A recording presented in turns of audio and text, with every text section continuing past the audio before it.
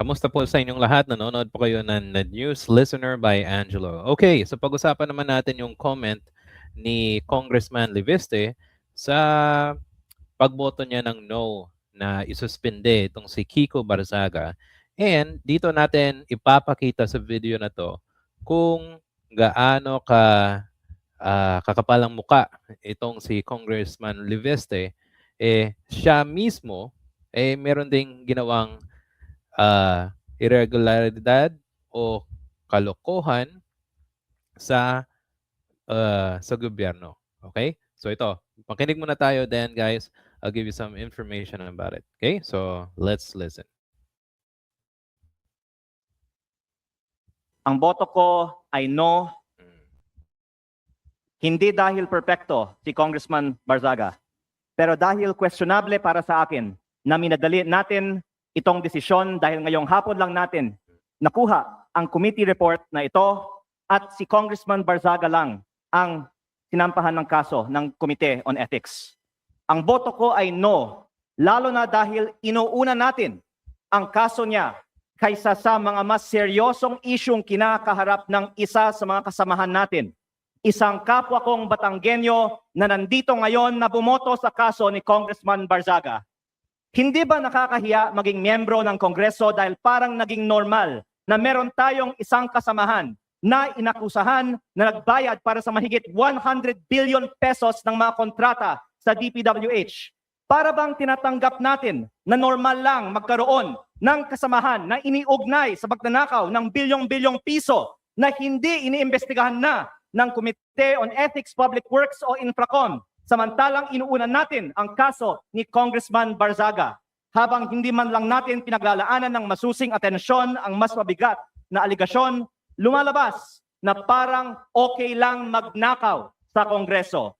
Nakatala na sa kasaysayan na sa gitna ng matinding kontrobersiya sa korupsyon. Ito ang inuna ng Kongreso at parang lang walang mali sa ginagawa ng isa sa ating kasamahan at tayo mismo ay ngayon sumisira sa imahe ng Kongreso. Mahiya naman tayo. Ayan. Okay, yun ang yung sinabi niya, ha? Ito yung feedback ko sa sinabi ni Congressman Liviste.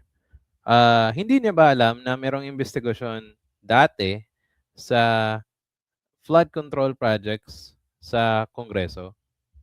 'Di ba? Mismo yung merong isang committee doon ay nag-imbestiga doon sa mga flood control projects ng iba't ibang panig ng Pilipinas. At nag-giveaway nga sila sa ICI. Okay? Para matuloy na para isa lang yung body, government body na nag-iimbestiga sa isang anomalya, 'di ba? At wag niyan sabihin na hindi tinatrabaho ng Kongreso yung mga aligasyon na yon. I'm sure meron din, 'di ba? At kung iisipin mo, pag si Kiko Barzaga yung may ginagawang gulo o katarantaduhan sa Kongreso, ay okay lang sa kanya. Hindi siya perpekto pero kung kinukonsenti mo yung kanyang ugali, whether online at sa Kongreso, ay parang naging bahagi ka na ng ginagawa niyang kawalang hiyan. Di ba? O paano mo tuturuan ng isang congressman, hindi niya may respeto yung mga tao doon, at tapos, anong gusto niya? Anong gusto ni Liviste? Wala nang ethics, wala nang decorum as a congressman, 'di ba?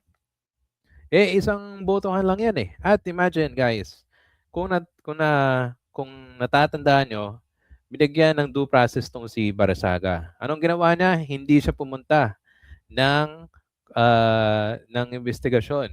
Ang ginawa niya, ng computer daw siya, tapos hindi na siya nakabot ng hearing, late na siya. So, yan bang ugali ang gusto ni Congressman Liviste? Ewan ko lang, di ba? So, yan, dapat yan ang isipin natin. At wag siyang magmalinis. Okay? Ito, pakita ko sa inyo guys. Kasi itong si Liviste, kung natatandaan nyo sa mga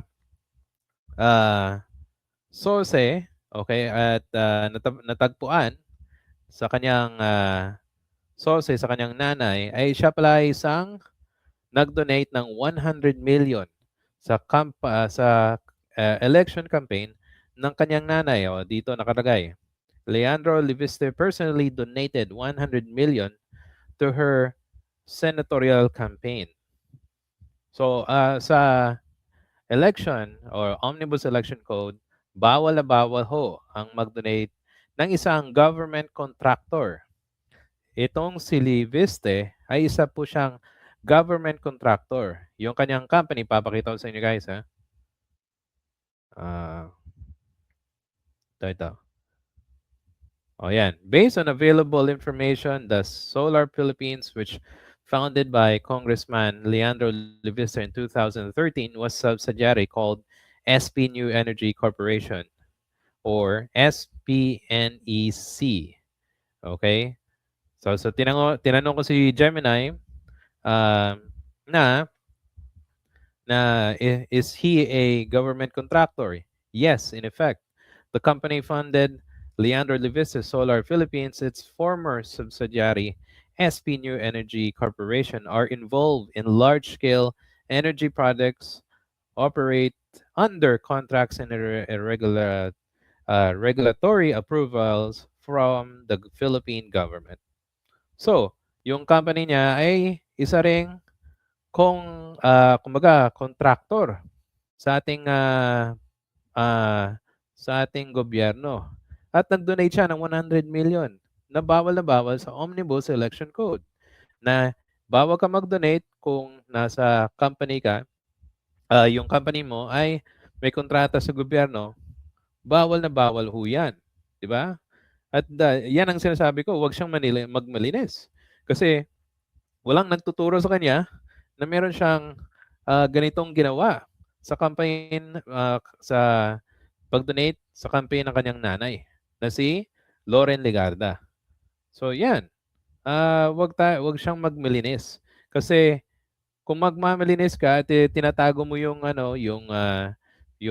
issue sa iyo sa pagbatiko sa mga contractors o sa gobyerno, sarili mo dapat mong tignan sa salamin.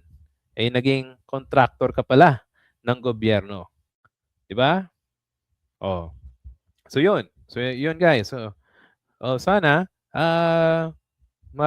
kumbaga yun na nga, tignan niya yung sarili niya sa salamin Kasi nga, siya rin, meron din problema.